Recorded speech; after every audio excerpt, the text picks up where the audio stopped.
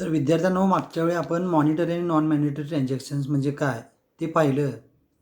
आज आपण पाहूया त्याच्या पुढील भाग. त्यातील पहिली कन्सेप्ट आहे ती म्हणजे एंट्री. एंट्री कशाला म्हणतात? तर एंट्री म्हणजे recording a business transaction in the proper form or method in the books of account. म्हणजे आपली जी बुक्स ऑफ अकाउंट्स आहेत त्याच्यामध्ये बिझनेस ट्रान्झॅक्शनची व्यवस्थित नोंद करणे याला काय म्हटलं जातं?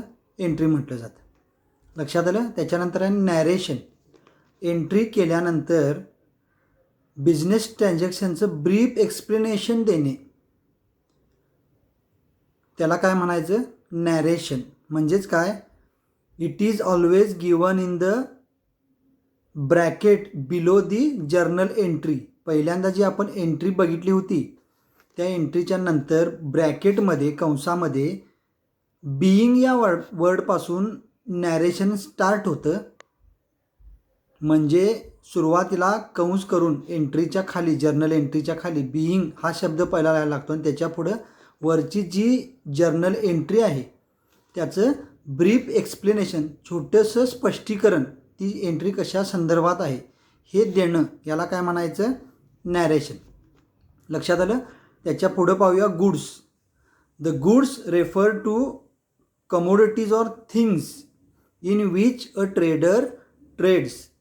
Means the goods are purchased or manufactured for the purpose of sale and to earn profit. म्हणजे ज्या वस्तू उत्पादित केल्या जातात किंवा खरेदी केल्या जातात त्या वस्तूंचा उद्देश काय असतो? त्या वस्तूंची विक्री करणं आणि त्याच्यापासून नफा कमवणं. स्वतःच्या वापरासाठी वस्तू खरेदी केल्या तर त्याला गुड्स असं म्हटलं जात नाही. उदाहरण द्यायचं झालं तर medicines are goods for the chemist. Vegetables are the goods for the vegetable vendor. फळ विक्रेता किंवा भाजी विक्रेता जो आहे त्याच्यासाठी फळं किंवा भाज्या ज्या आहेत त्या काय आहेत? त्याच्यासाठी गुड्स आहेत, कारण त्या विक्री करून he earn profit by selling these vegetables. So it is called as the goods for the vegetable traders.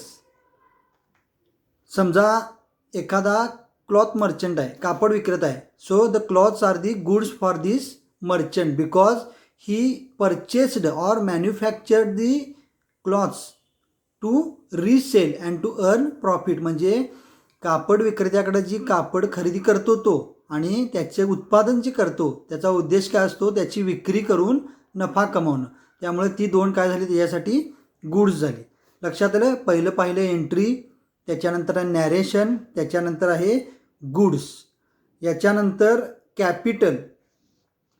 Owner जो आहे व्यवसायाचा, जो मालक आहे, त्यानं टोटल अमाऊंट व्यवसायात किती इन्व्हेस्ट केली आहे ती invested amount is known as the capital. Means the owner who invest the amount in the business is the amount called as capital.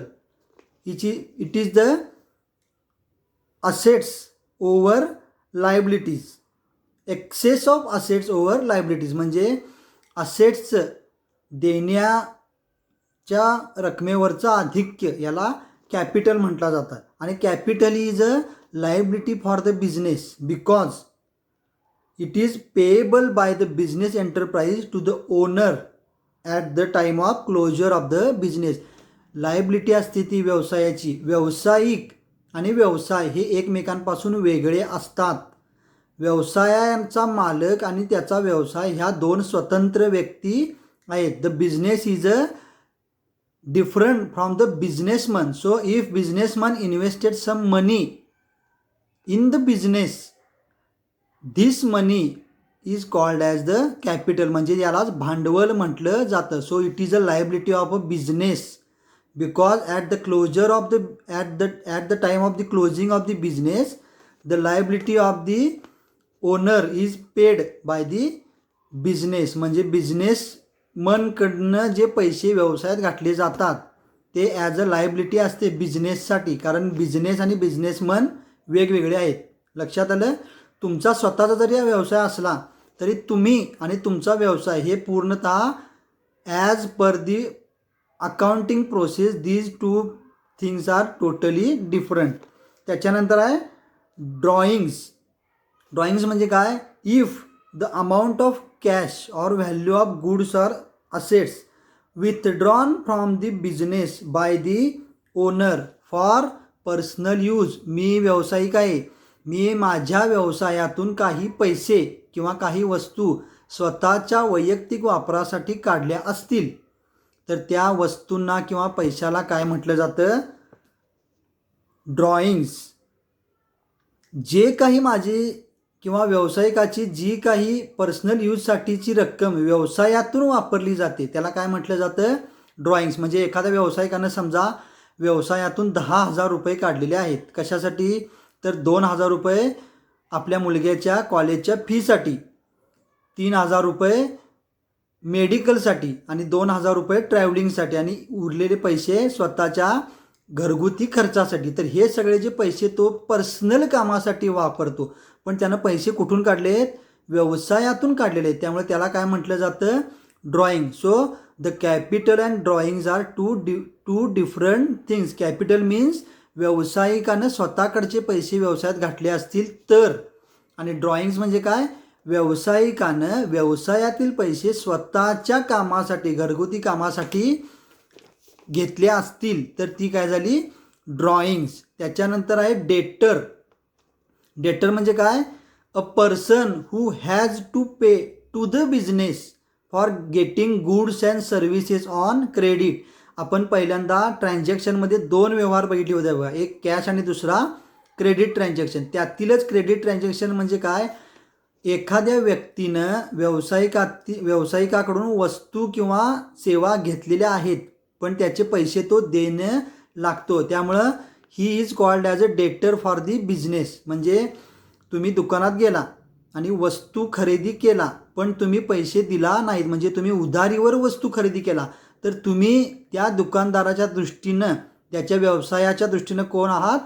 You are the debtors. म्हणजे अ डेटर is a person हू ओज मनी to the business. जो पैसा द्यायचा आहे व्यावसायिकाला, त्यानं वस्तू किंवा सेवा व्यवसायातील वापरलेल्या आहेत पण त्याची उधारी बाकी आहे. त्या व्यवसायातील ज्या वस्तू आणि सेवा त्यानं वापरल्या त्याचे पैसे तो देय लागतो. So he is a called as a debtor. And the creditor is the person to whom business has to pay for getting goods and services on credit. म्हणजे व्यावसायिकानं अशा वस्तू दुसऱ्या एखाद्याकडून घेतल्या असतील उधारीवर तर तो व्यक्ती त्या व्यवसायासाठी क्रेडिटर आहे. म्हणजे लक्षात घ्या, मी समजा रिटेलर आहे, मी होलसेलरकडून वस्तू घेतल्या तर होलसेलर माझ्यासाठी कोण? क्रेडिटर. आणि मी ग्राहकाला वस्तू विकल्या पण त्या ग्राहकाकडून पैसे येणं आहेत, मग तो ग्राहक माझ्यासाठी कोण? डेटर. लक्षात आलं? Think about the process from the points of view of the businessman. Me businessman आहे, माझ्यासाठी 2 पार्टी आहेत. एक होलसेलर ज्याच्याकडून मी वस्तू आणि सेवा उधारीवर घेतल्या आणि दुसरा कस्टमर ज्याला मी वस्तू उधारीवर विकल्या. सो कस्टमर इज अ डेटर of my business and the wholesaler is a creditor of my business. कारण होलसेलरचे पैसे मी देय लागतो, त्यामुळं ही is a creditor from my points of view. आणि कस्टमर माझे देणं लागतो, त्यामुळं कस्टमर इज अ डेटर from my points of view. लक्षात आलं? त्याच्यानंतर आहे बॅड डेट्स. माझा कस्टमर जो आहे, ज्या ग्राहकानं माझ्याकडून वस्तू आणि सेवा घेतलेल्या आहेत त्यानं पैसे द्यायचं नाकारले असतील तर ती रक्कम बुडीत खात्यात जमा होणे म्हणजेच काय? Bad debts. Unrevocable amount. जी रक्कम माझ्याकडून वसूल होणं शक्य नाही डेटरकडची, त्या रकमेला काय म्हणायचं? Bad debts. It is the loss of the business. त्याचमुळं व्यावसायिक काय म्हणत असतो? आज रोख कल उधार. कारण भविष्यात काय होईल आणि तो ग्राहक पैसे देईल का नाही ही शक्यता कमी असते. त्यामुळं अशी जी रक्कम आहे जी माझ्या ग्राहकाकडून मला यायची होती, त्यानं माझ्या व्यवसायातील वस्तू घेतल्या पण त्यानं पैसे द्यायचे नाकारलं, so it is a loss of the business, and this lost amount is called as bad debts because the debtor refuses to pay the amount to me. लक्षात आलं. ह्या आजच्या आपण एंट्रीपासून ते बॅड डेट्सपर्यंतच्या संकल्पना पाहिलेल्या आहेत. थँक्यू.